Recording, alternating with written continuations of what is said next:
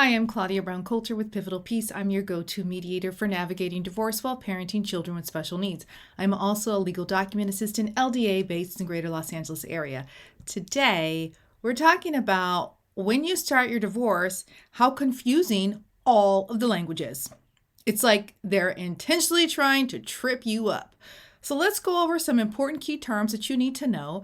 I'm not an attorney. I cannot give you legal advice. I cannot tell you what to do, but I can explain some things and hopefully it'll make a little bit more sense. All right, so let's talk about petition. That first form you file in the divorce, the FL100, is called your petition. And a petition simply means a request.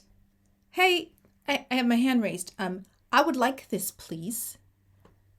You're petitioning the court. Please, sir, may I have some more? Please, sir, may I have a divorce? Right? That's basically what you're doing. The service of process. That means your spouse got your petition and all of the required paperwork along with it. They've been served properly. That's an important thing because your divorce clock can't start until they've been served. So that's super important. Community property. Community property. You know, this term is really confusing, especially because if you're talking to anyone in the divorce community who's been in it for a while, they just throw out these terms and you may be too embarrassed to be like, huh? Wait, my neighbors? Wait, the community I live in? Who? Who's the community? His mama? All these are all the thoughts that go through your head. The community is you and your spouse. That's the community. And the community is established when you get married. And the community is ended officially when you get divorced. But in California, they also look at the date of separation. So community property is everything that you've acquired during the marriage, okay? And it's also, I want you to think about, though, the debts that you also acquired. You're also responsible for those things. So I need you to be thinking about that as well. They belong to the community. So if they belong to the two of you, then they can be split between the two of you.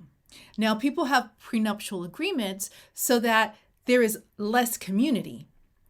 This is my income. This is your income. This is my retirement. This is your retirement. Less community. Okay? There are still some things. This is our house. This is our car. That's the community. Let's talk about custody and visitation. Custody is a really unfortunate word because we refer to children as in their parents have legal and physical custody over them, and we also refer to prisoners being in custody. But custody is about who is responsible for the child. The physical custody is where they live. The legal custody is the ability to make decisions about them and for them. Visitation, if there is sole physical custody, then the children live with one parent 100% of the time. And then that other parent visits them. It's visitation. It's not joint physical custody. It's not physical custody. Yeah, it's a little bit of semantics. It is. Not totally. It's different for every situation. But, just things to trip you up. Let's talk about spousal support. In some states, it's still called alimony. So I want you to think of spousal support as alimony.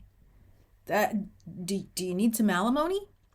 You might not qualify for alimony. You might want some. You might not want to pay some. But that's something that is on the table. Contested versus uncontested. If you have an uncontested divorce, you have settled your divorce out of court. You have either filed a response and you've reached an agreement, and you and your spouse, there was a petition filed and a response filed, but you guys reached an agreement and you've stayed out of court. It is uncontested. You probably didn't start that way, but you finished that way. Good job. If it's contested, you going to court.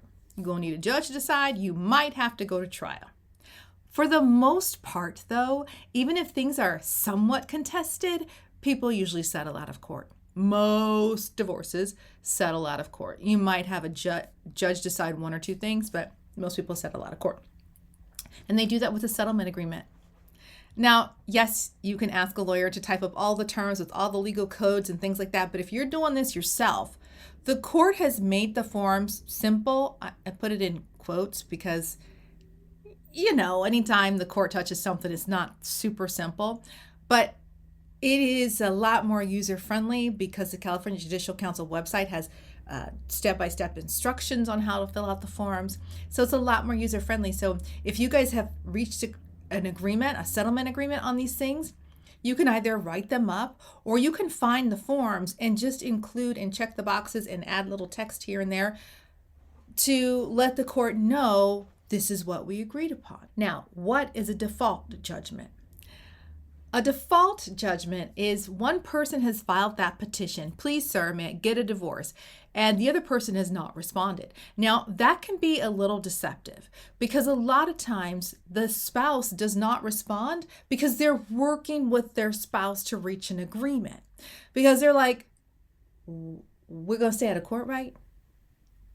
So why do we both need to pay a filing fee? It's almost $500 to pay this filing fee to the court.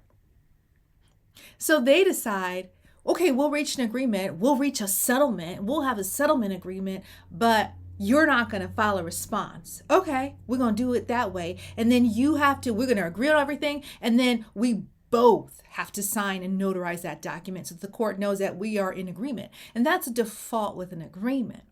Now, just a straight default is your spouse did not respond. They are not participating. They have not submitted their financial disclosures. There is no agreement. There is no conversation. You might really be looking at a true default where you're going to have to petition the court to decide on everything. You may have to amend your petition so that you can submit other forms so that your community and separate and quasi-community property is completely laid out for the court to make a decision on.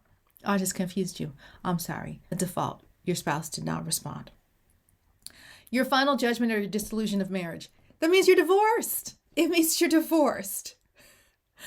I don't know why these terms are so complicated. I'm sure if you ask a lawyer, there will be some deep history of why the terms are this way, and it goes back to England and Greece and all. You're just getting a divorce, okay? Don't worry about all that. If you're confused about terms, if you don't know where to start, let me help you. Let me help you figure out what these things mean so that you can decide your next best step. I know you can do it. You got it in you. Have a good day.